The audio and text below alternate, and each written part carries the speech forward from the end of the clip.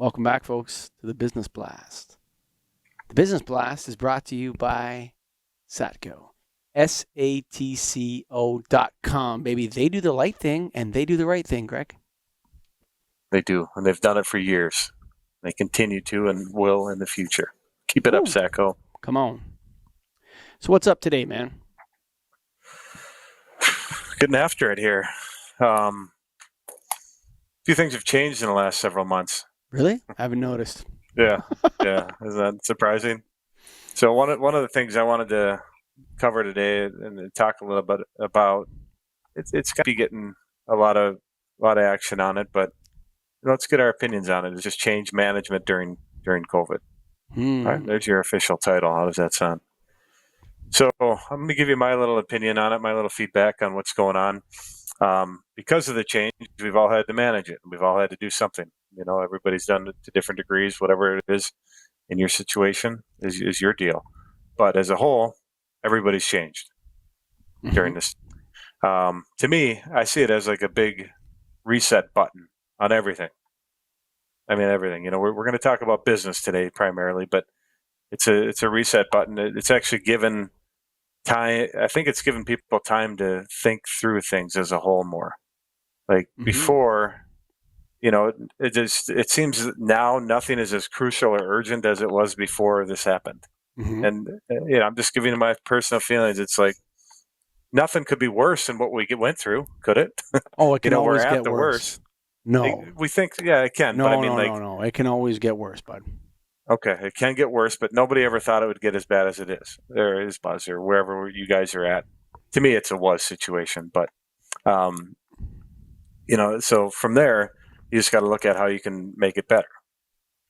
And so I think there's some good that has come out of this to some degree, and a lot of people have taken the change. Some people have changed for the worse. Some people have changed for the better. And so hopefully, you're taking the change to what you need to be or what your business needs to be. And when I've looked at it for myself, you got to start with, if you're a manager or you own a business or whatever you might do, or even if you're an employee at a place, you got to start with yourself.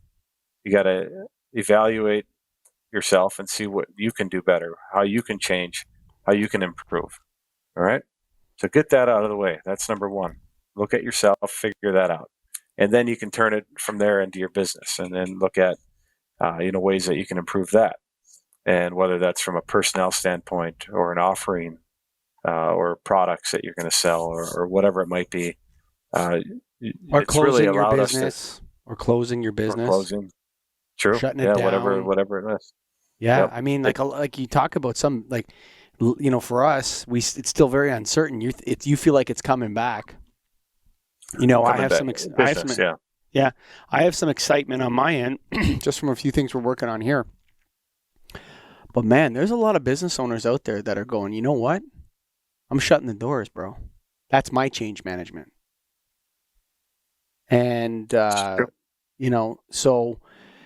the idea that things can't get worse, things can get way worse than the way they are right now. They can, but I like having the mindset that they can't, and just say, all right, we got through that. Now we're going to move on to the next thing. I get what you're saying, but let's just say this has never been even imagined to have happened, at least for me or most people, I don't think. And we got it. We're there. Now we know, what something like that is, what it's like to go through that. Mm-hmm.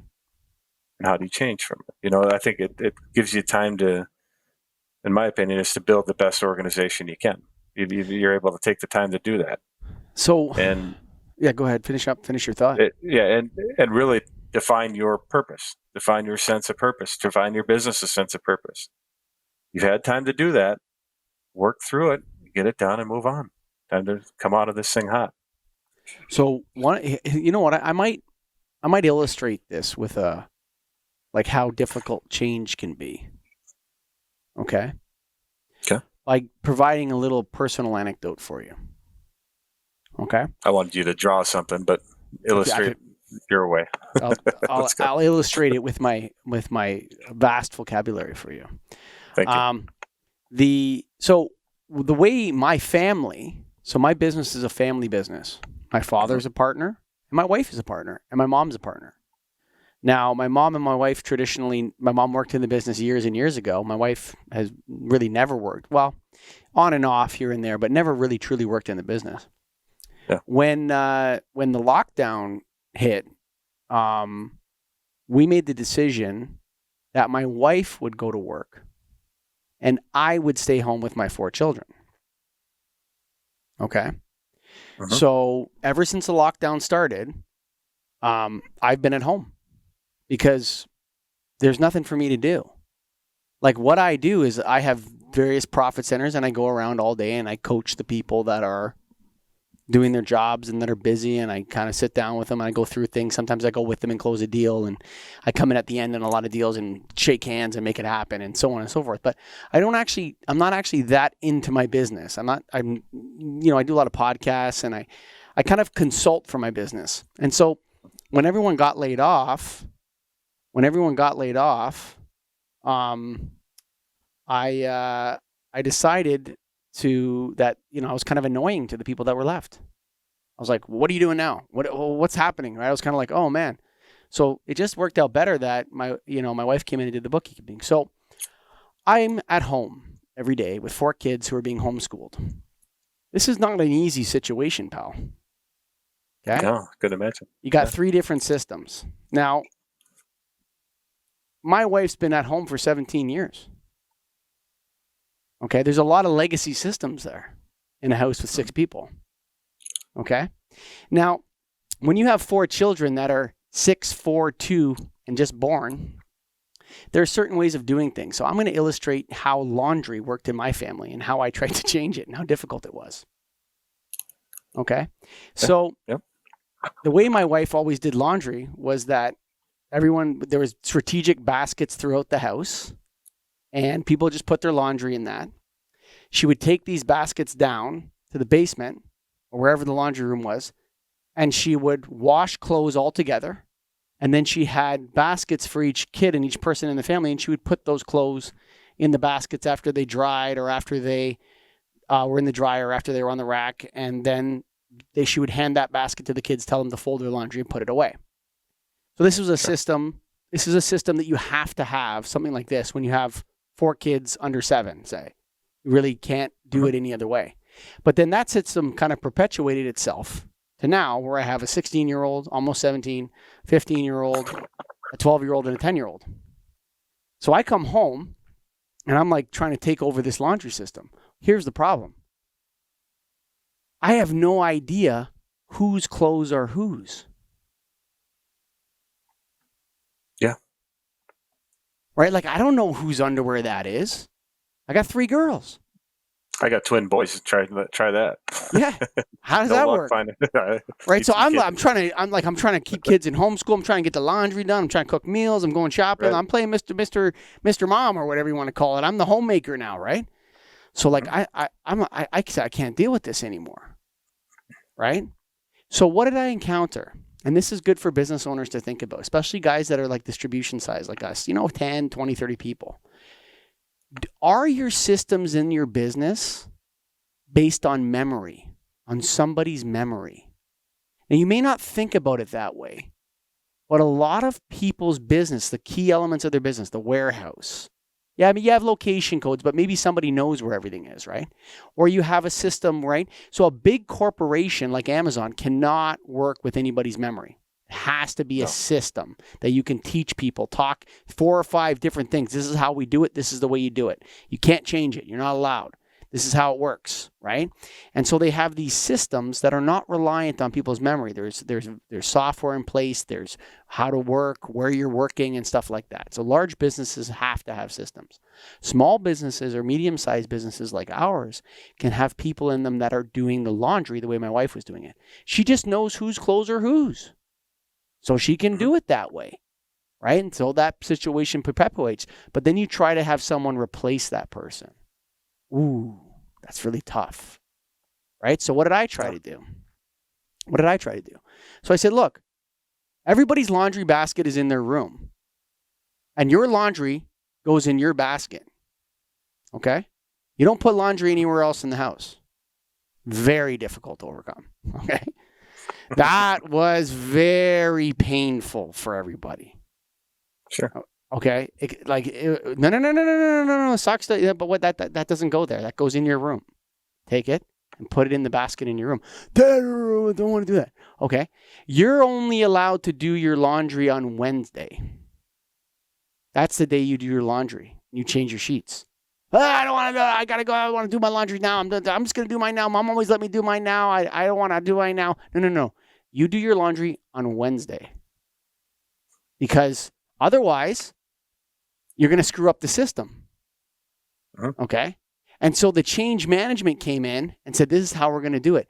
Very, very, very painful. So what I did was take a system that was reliant on my wife's memory, which I could not manage. It wasn't possible for me to manage. And I implemented a system that worked on, you keep your laundry to yourself. I keep the mixed up socks. Oh, man. Mismatched socks? Yeah, for sure. Okay. My kids were wearing mismatched socks every day. Now, this can be kind of funny, right? You know, I see lots of kids that come over to my house, they take their shoes off, they got mismatched socks. And it's usually correlated to how many kids in the family, right? So a kid comes over to my house now with mismatched socks, I ask him how many kids in the family. Oh, I got three brothers. Oh, okay. Yep. Mismatched socks. Right? And so I threw out all the socks. If it didn't have a match. I didn't allow it to be washed, right? All this sort of stuff. So, but the thing is, I took a system that was reliant on memory, and I tried to replace it with a system that wasn't reliant on memory, that was reliant on routine and keeping your laundry to yourself, right? Business is no different. If you try to make changes in your business, be careful when you approach something and the system is reliant on someone's memory. That person is very powerful. That person has your business by the balls, and they may actually like it.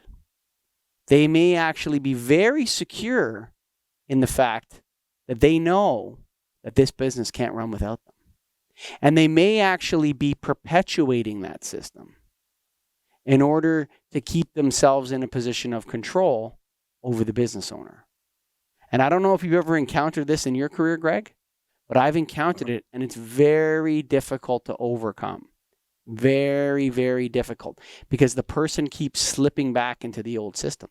They keep slipping back. The socks keep going back into the towel, the used towel basket, right? Because there's nothing wrong. It's a laundry basket. No. It's a new system. Your socks have to go into your own basket.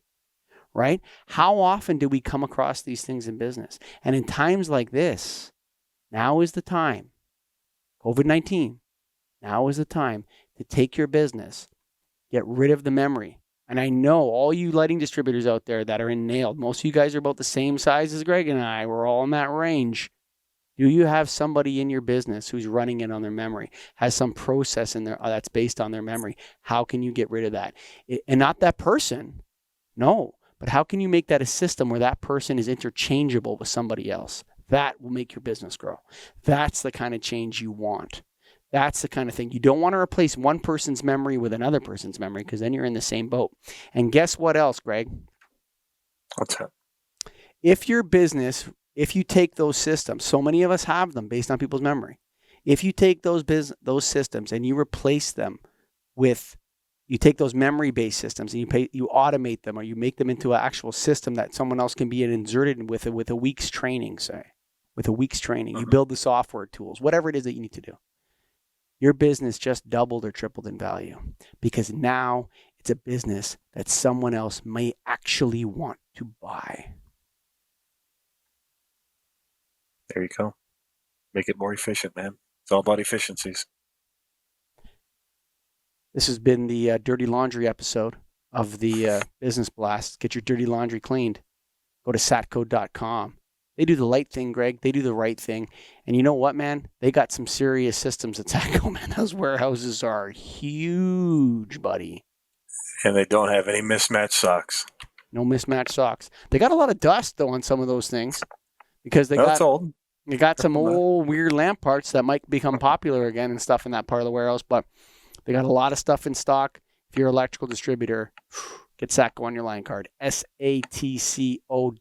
Get your laundry done. Bye for now.